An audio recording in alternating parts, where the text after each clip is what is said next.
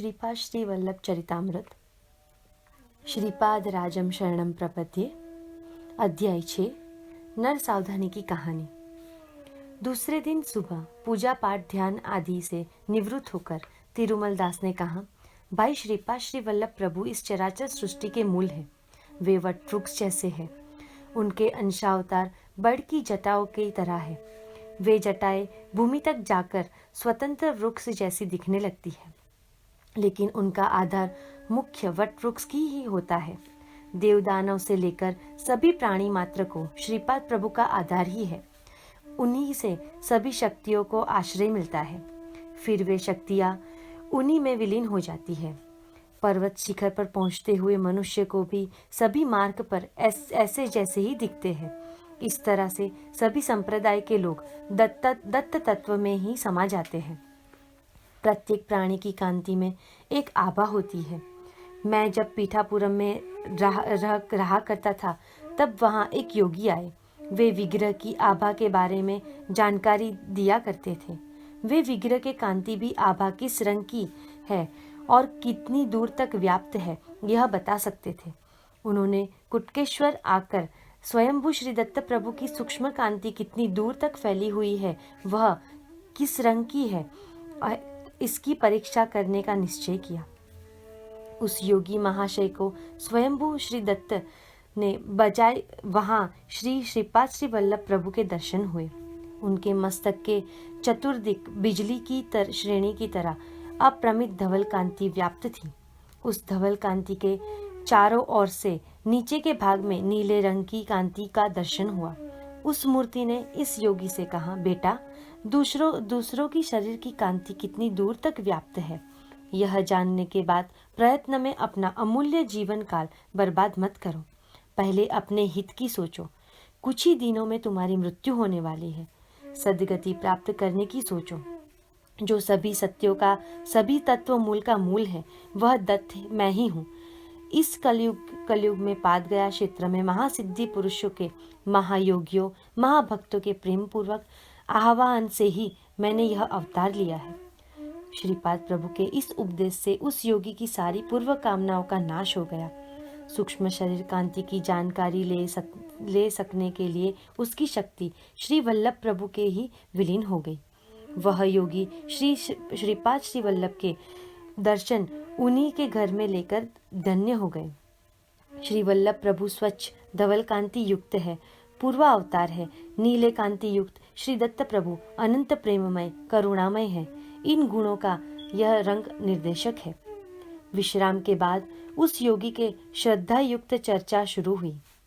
चतुर्वर्ण विभाग युक्त सूक्ष्म शरीर की कांति के भेद का दृष्टि से निर्णय किया जाना उपयुक्त है या नहीं है, अथवा जन्म सिद्धि कुल गोत्र के अनुसार निर्णय करना चाहिए। किस वर्ण के जन्म को वेदोक्त पद्धति के उपनयन करना चाहिए, किस वर्ण को पुराणोक्त तरीके से उपनयन करना चाहिए। उपनयन का भ्रुकुटी के मध्य से स्थित तीसरे नयन से कोई संबंध है क्या? अगर ना हो तो कुछ विषय है क्या? माधवी यानी कौन लोग होते हैं? ऐसी गर्मागर्म चर्चा काफी देर तक चलती रही, लेकिन पंडितों का एक मत न हो सका। सत्य ऋषिश्वर इस नाम के मल्लादी बाप्पानवनादि पिठिकपुरम ब्राह्मण परिषद के अध्यक्ष थे। उन्हें लोग श्रद्धा से बाप्पना आर्य कहते थे। वे विशेष सूर्य और अग्नि की उपासना किया करते थे। पिठिकापुरम में आयोजित यह यज्ञ का आधिपत्य करने के लिए उन्होंने प्रार्थना की गई। यज्ञ के अंत में कुंभवृष्टि हुई, यानी बरसात हुई। संपूर्ण समाज हर्षमग्न हो गया। श्री वाही नरसिंह वर्मा इस नाम के क्षत्रिय गृहस्थ श्री सत्य ऋषिश्वर ने अपने गांव में ही स्थायी रहने की प्रार्थना की, लेकिन बाप्पनावदय आर्य केवल यज्ञ के प्राप्ति सिद्ध और धन की स्वीकार करते थे। वह द्रव्य शुद्ध ना हुआ तो वे उस स्वीकार नहीं करते थे। श्री वर्मा की प्रार्थना उन्होंने अस्वीकार कर दी। श्री वर्मा को अत्यंत प्यारी ऐसी एक कपिला गाय थी। उसका नाम गायत्री था। वह भरपूर दूध लिया करती थी।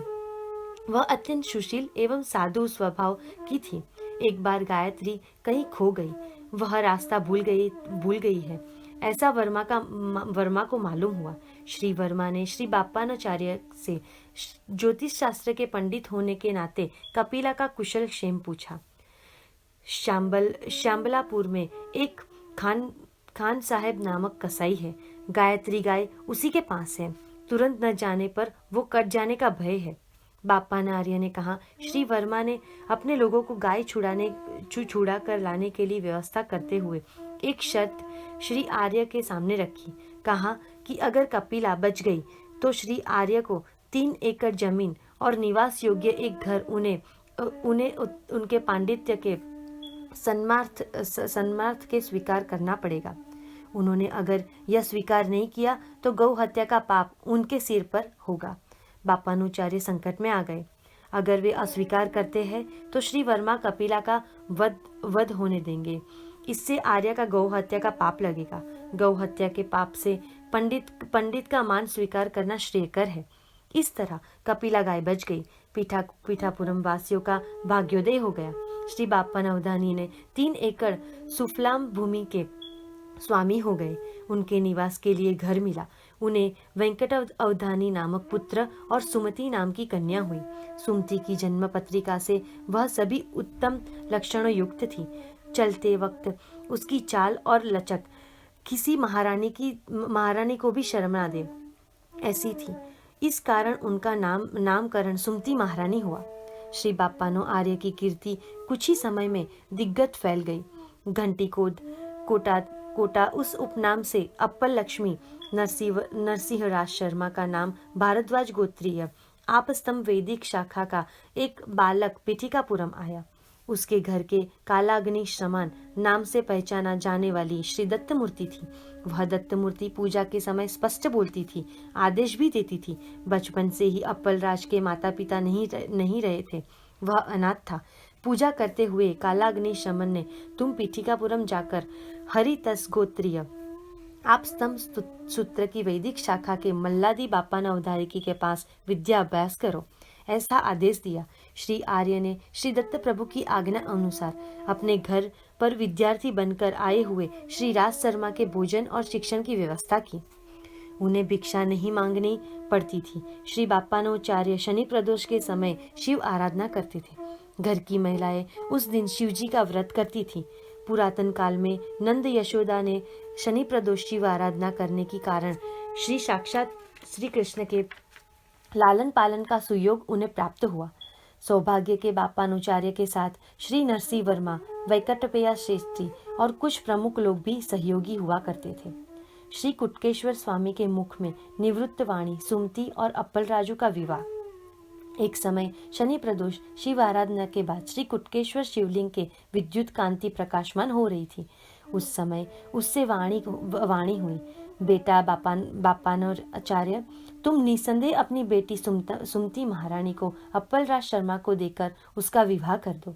उससे लोक कल्याण होगा। यह श्री दत्त प्रभु का निर्णय है। इस महानिर्णय के उल्लंघन का अधिकार इस चराचर में किसी को नहीं है। यह देववाणी वेंकटपैया श्रेष्ठी और नरसिंह वर्मा और वहां उपस्थित जन समुदाय ने सभी ने सुनी। सब आश्चर्यचकित हो गए।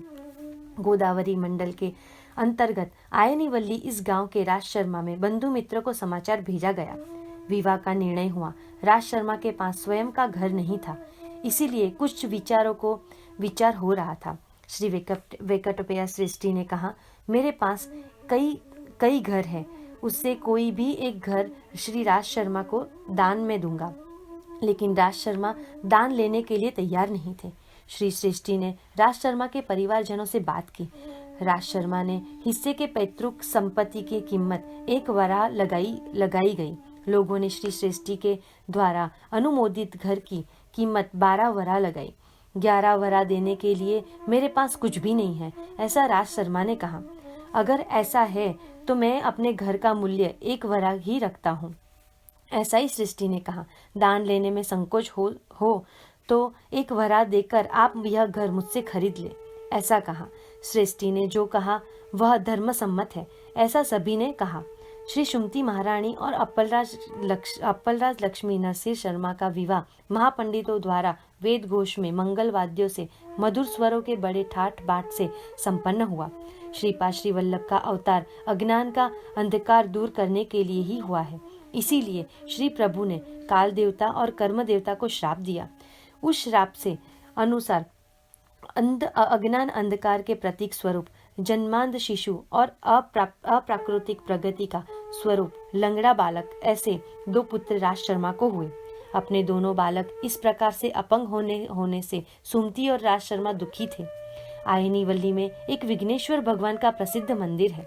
श्री राज शर्मा के दुख के परिहार के लिए उन्होंने परिवारजनों से कहा कि महाप्रसाद लेकर पीठिकापुरम आए। सुमति और राज शर्मा ने बड़ी श्रद्धा और प्रसाद ग्रहण किया। उसी रात सुमति महारानी को ऐरावत के दर्शन हुए। इसके बाद कई दिनों तक शंख चक्र गदा पद्म त्रिशूल विविध देवताओं के ऋषि सिद्ध पुरुषादि के दर्शन होते रहे। कुछ दिनों बाद जागृत अवस्था में भी उन्हें दिव्य दर्शन होने लगे। आंखें बंद करते ही चलचित्र की तरह दिव्य कांतिमय तप समाधि में मग्न योगी मुनि आदि अद्भुत दर्शन हुआ करते थे। देवता के जन्म नक्षत्र और सुमति महारानी के प्रसव समय के नक्षत्रों का संबंध। सुमति ने अपने पिता को दिव्य अनुभव के बारे में विस्तार से बताया। वे बोले, यह सभी लक्षण महापुरुष के जन्म के सूचक है। सुमति महारानी ने मामा श्रीधर पंडित से कहा, बेटी सुमति, सूर्य के जन्म नक्षत्र की विशाखा का और श्री राम प्रभु के अवतार का संबंध है। कृतिका यह चंद्र का नक्षत्र जन्म नक्षत्र है, उसका और श्री कृष्ण के अवतार का भी संबंध है। पूर्वाषाढ़ा इस नक्षत्र में जन्मे हुए अंगारे का श्री लक्ष्मी नरसिंह अवतार का भी संबंध है। श्रवण नक्षत्र में जन्मे हुए बुध का बुद्धा अवतार में न संबंध है। पूर्व फाल्गुनी नक्षत्र में जन्मे हुए गुरु का विष्णु अंश से संबंध है। पुष्य नक्षत्र में जन्मे हुए शुक्र का और भार्गव परशुराम का संबंध है। रेवती नक्षत्र में जन्मे हुए शनि का कुर्मा अवतार में संबंध है। भरणी नक्षत्र में जन्मे हुए राहु का वरा अवतार से संबंध है। आश्लेषा नक्षत्र में जन्मे हुए केतु का मत्स्य अवतार से संबंध है। तुमने मुझसे जब पूछा, समय का संबंध देवी रहस्य से है। करोड़ों ग्रहों का, नक्षत्रों का, ब्रह्मांडों की स्थिति और गति को निर्देश देने वाले श्रीदत्त प्रभु ही जन्म लेंगे, ऐसा मुझे निश्चित ही लग रहा है। श्रीदत्त प्रभु यह नित्य वैभव विभूति। अपने दिव्य अनुभव और श्रीधर पंडित के विचार सुमति महारानी ने राज शर्मा से कहे। तब श्री राज शर्मा ने पूछा, पूजा करते समय में कालाग्नि शमन दत्त से पूछूंगा। कालाग्नि शमन दत्तात्रेय की पूजा करते समय हमारे सिवा वह पूजा किसी अन्य व्यक्ति को नहीं देखनी देनी चाहिए, ऐसा नियम है। पूजा के बाद दत्त प्रभु मानव रूप में बोलते हैं, उसके बाद उसी मूर्ति में विलीन हो जाते हैं। यह हमारा नित्य नियम है। सामान्य विषय या स्वार्थ युक्त समस्या का निवेदन मैं नहीं करता। मैं उस दिन पूजा के समय दत्त प्रभु से प्रसन्न थे। पूजा के बाद वे मानव रूप में आगे आकर बैठे। श्रीधर आओ, यह कहकर बुलाया। दत्त मूर्ति से एक स्वरूप बाहर आया और उनसे सामने ध्यानस्थ बैठ गया। फिर से श्रीधर आओ, ऐसा उंगली से इशारा किया गया। वह रूप तत्काल उनमें विलीन हो गया। राज शर्मा ने लिए सब कुछ आश्चर्यजनक ही था। श्री दत्त प्रभु ने कहा, तुमने जो रूप अभी देखा है वह आने वाली शताब्दी में मेरा एकमात्र अंशावतार है। मुझ में जो लीन हो गया है, ऐसे जीवन मुक्तों में भी मेरे बुलावे पर आना पड़ता है। और जाओ कहने पर पर्दे के पीछे जाने की तरह चले जाना पड़ता है। मेरी आज्ञा का वह उन्हें पालन करना ही पड़ता है। मेरी लीला विभूति केवल पृथ्वी तक ही सीमित नहीं है। यह सारा ब्रह्मांड मेरे हाथों में गेंद की तरह है। मैं एक कदम ही करोड़ों योजन पार कर सकता हूँ और मैं जन्म मृत्यु से परे हूँ। यह कहकर श्री प्रभु ने राज शर्मा के भूमध्य के स्पर्श किए। तुरंत राज शर्मा को पूर्व जन्म की याद आई। मैंने विष्णुदत्त के नाम से पहले जन्म लिया था और उनकी पत्नी सुमति ने सोमदेव अम्मा के नाम से जन्म लिया था, ऐसा उन्हें ज्ञात हुआ। श्री दत्त प्रभु ने आगे कहा, मैंने दत्त रूप में दर्शन देकर तुम्हारी क्या इच्छा है, ऐसा पूछा था। तब पितृश्राद्ध के समय भोजन के लिए आने की प्रार्थना तुमने की थी। सूर्याग्नि के साथ मैंने श्राद्ध का भोजन किया था। तुम्हारे पितरों को मैंने शाश्वत ब्रह्मलोक की प्राप्ति करा दी थी। श्रीपाद श्री वल्लभ इस नाम से आकर लेकर मैं पिछले 100 वर्षों तक इस भूमि पर योगियों और महापुरुषों को दर्शन दे रहा हूँ। पीठापुरम में सवित्र काटक चयन भारद्वाज महर्षि ने त्रेता युग में किया था। उस ओम की भस्म पर्वत की तरह जमकर बैठ गई है। कालांतर में वह भस्म द्रोणागिरी पर्वत पर छिड़की गई। हनुमान जब द्रोणागिरी लेकर जा रहे थे तब उसका छोटा सा भाग गंधर्वपुर में गिरा था। गंधर्वपुर भीमा और अमरजा नदियों का पवित्र संगम प्रदेश है। श्रीपाद श्री वल्लभ अवतार के अंतर में मीन लग्न में करंज नगर में शुक्ल यजुर्वेदी वाजनय मध्यादि शाखा में ऋषि सरस्वती इस नाम से जन्म लेकर गंधर्वपुर में अनेक लीलाएं करूंगा। श्रीशैल के कदलीवन में 300 वर्ष तक समाधि के बाद स्वामी समत के नाम से प्रज्ञापुर में निवास करूंगा। जब शनि मीन राशि में प्रवेश करेगा तब मैं देह को त्याग करूंगा। दत्त प्रभु का यह वक्तव्य राज शर्मा ने अपनी धर्मपत्नी को कह सुनाया। सत्य ऋषिश्वर बापानुचार्य ने कहा, बेटा राज शर्मा, पूर्व जन्म में जिसने दत्त प्रभु का सूर्य और अग्नि को भोजन दिया था, तुम ही पुण्य आत्मा हो। इस जन्म में अगर श्री दत्त प्रभु किसी भी रूप में भोजन मांगे, अगर वह श्राद्ध का दिन हो फिर भी कोई भी विचार न करते हुए ब्राह्मण भोजन से पहले उन्हें भोजन परोसना। बेटा सुमति, यह मेरी बात जरूर याद रखना।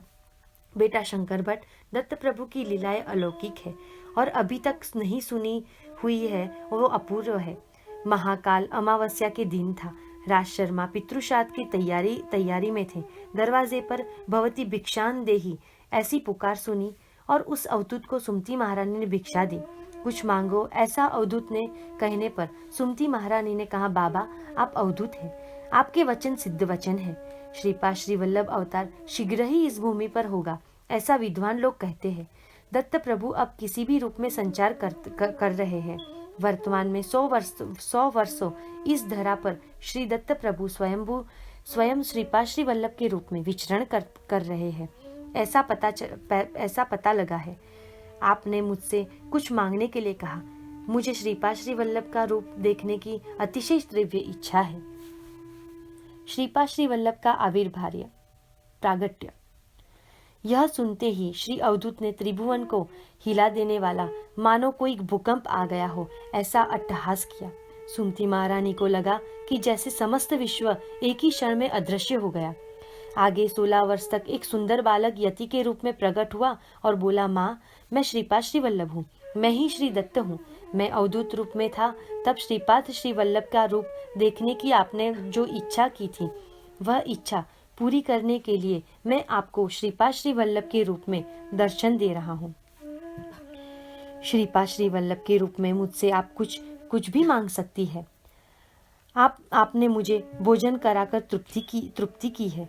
आप जो मांगेगी वह वरदान देने की मेरी इच्छा है। इस जगत के लोग संकल्प कर पाप कर्म करेंगे, उन्हें पाप के फल मिलेंगे। संकल्प कर पुण्य कर्म करेंगे तो पुण्य कर्म के फल ही मिलेंगे। निष्काम कर्म का आचरण करने से उसी अकर्म कहा जाता है। यह ना तो सुकर्म होता है और न ही दुष्कर्म होता है। अकर्म से पुण्य या पाप ऐसा कोई भी फल नहीं होता है। इसके लिए दूसरा ही फल देना होता है, वह भगवान के हाथों में ही होता है। अर्जुन ने अकर्म करने के कारण ही श्री कृष्ण भगवान को उसे कौरवों का संहार करने के लिए कहा था। ऐसा करने से पाप नहीं लगा। कौरव के संहार का निर्णय भगवान का ही था। तुम दोनों ने भी विशेष अकर्म किया है, इसीलिए लोकार्थित कुछ प्रतिफल देना ही पड़ेगा। तुम निसंकोच अपनी इच्छा कहो, मैं निश्चय ही वह पूरा करूंगा। श्री दत्त के दर्शन उपरांत सुमति महारानी को सूझा हुआ संकल्प। वह दिव्य मूर्ति देखकर सुमति महारानी चरण वंदना की। श्री दत्त प्रभु के सुमति महारानी को उठाकर खड़ा किया और कहा, माँ बेटे के पैर छूना यह अयोग्य है, उससे बेटे की आयु क्षीण होती है। तब सुमति बोली, श्री वल्लभ प्रभु, आपने माँ कहकर पुकारा, आपका वचन सिद्ध वाक्य है, इसलिए आप इस वचन का सत्य कीजिए। आप मेरे पुत्र बनकर जन्म लीजिए। श्री दत्त प्रभु ने तथास्तु ऐसा कहकर आशीर्वाद दिया। कहा, माँ श्रीपा श्री रूप में वल्लभ के रूप में आपके घर में आऊंगा। माँ ने बेटे से पांव छूने की उसकी उम्र कम होती है। मैं धर्म कर्म से सूत्र विरुद्ध नहीं जा सकता। मैं 16 वर्षों तक आपके पुत्र के रूप में जीवन व्यतीत करूंगा। उस पर सुमति ने कहा, यह कैसा अविचार है, केवल 16 वर्ष की आयुष्य। ऐसा कहकर सुमति महारानी ने विलाप करने लगी। इस पर श्रीपा श्री प्रभु बोले, कहा, मैं 16 वर्ष तक आप जैसा कहेगी वैसा ही रहूंगा। प्राप्ति 16 वर्षे पुत्र मित्रवर्त आचर्यते, ऐसा शास्त्र वचन है। 16 साल के पुत्र के मित्र जैसा ही व्यवहार करना चाहिए। अपनी इच्छाओं का भार उस पर नहीं लादना चाहिए। मुझे विवाह के बंधन में न डाले। मुझे यति होकर स्वेच्छाएं से विहार करने की अनुमति दीजिएगा। मेरी इस संकल्प का विरोध कर अगर मुझे बंधन के बांधा तो घर में मैं नहीं रहूंगा। ऐसा कहकर श्री दत्त प्रभु तुरंत अंतर्ध्यान हो गए। सुमति महारानी ने अवाक हो गई। उन्हें कुछ भी सूझ नहीं रहा था। यह सारी बातें उन्होंने अपने पति से सविस्तार कही। इस पर अप्पलराज शर्मा ने कहा, सुमति, सोचो मत। श्री दत्त प्रभु भिक्षा के लिए हमारे घर आएंगे। यह बात तुम्हारे पिताजी ने पहले ही कह रखी थी। श्री दत्त प्रभु करुणा के महासागर है। श्री वल्लभ का जन्म होने दो, बाद में हम विचार करेंगे। अप्पल राजू ने घर अवधूत आए थे। यह खबर सारे गांव में फैल गई। पितरों के लिए अत्यंत महत्वपूर्ण ऐसे महाकाल अमावस्या के दिन ब्राह्मण भोजन के पहले ही अवधूत को भिक्षा दी गई। इस विषय में चर्चा हुई। श्री बाप्पाना उदानी ने कहा, श्रीपाद श्री वल्लभ का जन्म होगा। यह सभी कह रहे हैं। अवधूत को साष्टांग नमस्कार करने का यह आवश्यक कर्म ही है। इसमें सुमति का कोई दोष नहीं है। पुत्र रूप में उसे साष्टांग नमस्कार करने की ये बालक की उम्र कम होती है, लेकिन अवधूत के रूप में साष्टांग नमस्कार करने का यह गलत नहीं है। इसी प्रसंग के पीठापुरम में सभी ब्राह्मणों को ईर्ष्या बढ़ गई, विशेषकर नर सावधानी के नाम के पंडित की। उस दिन महालय अमावस्या का कारण सभी पितरों के व्यस्त थे। भोक्ता ब्राह्मणों के कभी भी समस्या हो गई। श्री बाप्पानुचार्य ने अप्पल राजू ने घर के काम में कोई भी समस्या नहीं आएगी ऐसा कहा। श्री राज शर्मा ने कालाग्नि शमन का ध्यान करते थे। उसी समय भोक्ता बनकर 3 अतिथि आए और पितरों का कार्य निर्विघ्न पूरा हुआ। बेटा शंकर भट्ट, वैश्यों का वेदोक्त उपनयन का अधिकार है या नहीं, यही उसी दिन की चर्चा मुख्य विषय था। ब्राह्मणों की परिषद बैठी। बंगाल में नवद्वीप के आशुतोष नामक पंडित पादगया क्षेत्र में आए हुए थे। उनके पास अत्यंत प्राचीन नाड़ी ग्रंथ थे। उन्हें भी पंडितों के परिषद में बुलाया गया था। बाप्पानुचार्य ने कहा कि नियम निष्ठा में ब्राह्मण क्षत्रिय वैश्य समान होते हैं। श्रीपा श्री प्रभु के जन्म काल के दृष्टिगोचर अद्भुत दृश्य। तब मैंने कहा, महाराज श्रीपा श्री प्रभु की लीलाओं का विस्तृत वर्णन मुझे कृतार्थ कीजिए। भाई शंकर भट्ट नर सावधानी का बाप्पानुचार्य पर बड़े क्रोधित हुए और किसी भी तरह से उनका अपमान करने का निश्चय किया। उनकी बगलामुखी साधना विफल होने के कारण एकमेव कारण से बाप्पानुचार्य के ही ऐसा उन्होंने मन में सोच लिया था। तांत्रिक प्रयोग से बाप्पानुचार्य उनकी मंत्र सिद्धि प्रभावी ही की ऐसा दुष्ट प्रचार करने लगे। नाड़ी ग्रंथ में श्रीपाद प्रभु के अवतार के विषय में जो वर्ण किया था उन्हें विचलित कर रहा था। नाड़ी ग्रंथ यह मूल अविश्वसनीय था। बाप्पानुचार्य ने मांसाहारी ब्राह्मण को भोजन कराने का अनाचार हुआ, ऐसा मत नर सावधानी ने रखा। मनुष्य पूर्ण ब्रह्म का अवतार कभी नहीं हो सकता। तब यह नन्हा सा बालक श्रीपा श्री वल्लभ सर्वांतर्यामी, सर्वज्ञ, सर्वशक्तिमान दत्त प्रभु कैसे हो सकता है? श्रीपाद प्रभु की बिल्कुल छोटी उम्र में ही किया हुआ प्रणोच्चार पालने के लिए हुआ शास्त्र प्रसंग उम्र के हिसाब से बड़ी प्रज्ञा प्रदर्शन नर सावधानी के गले में उतर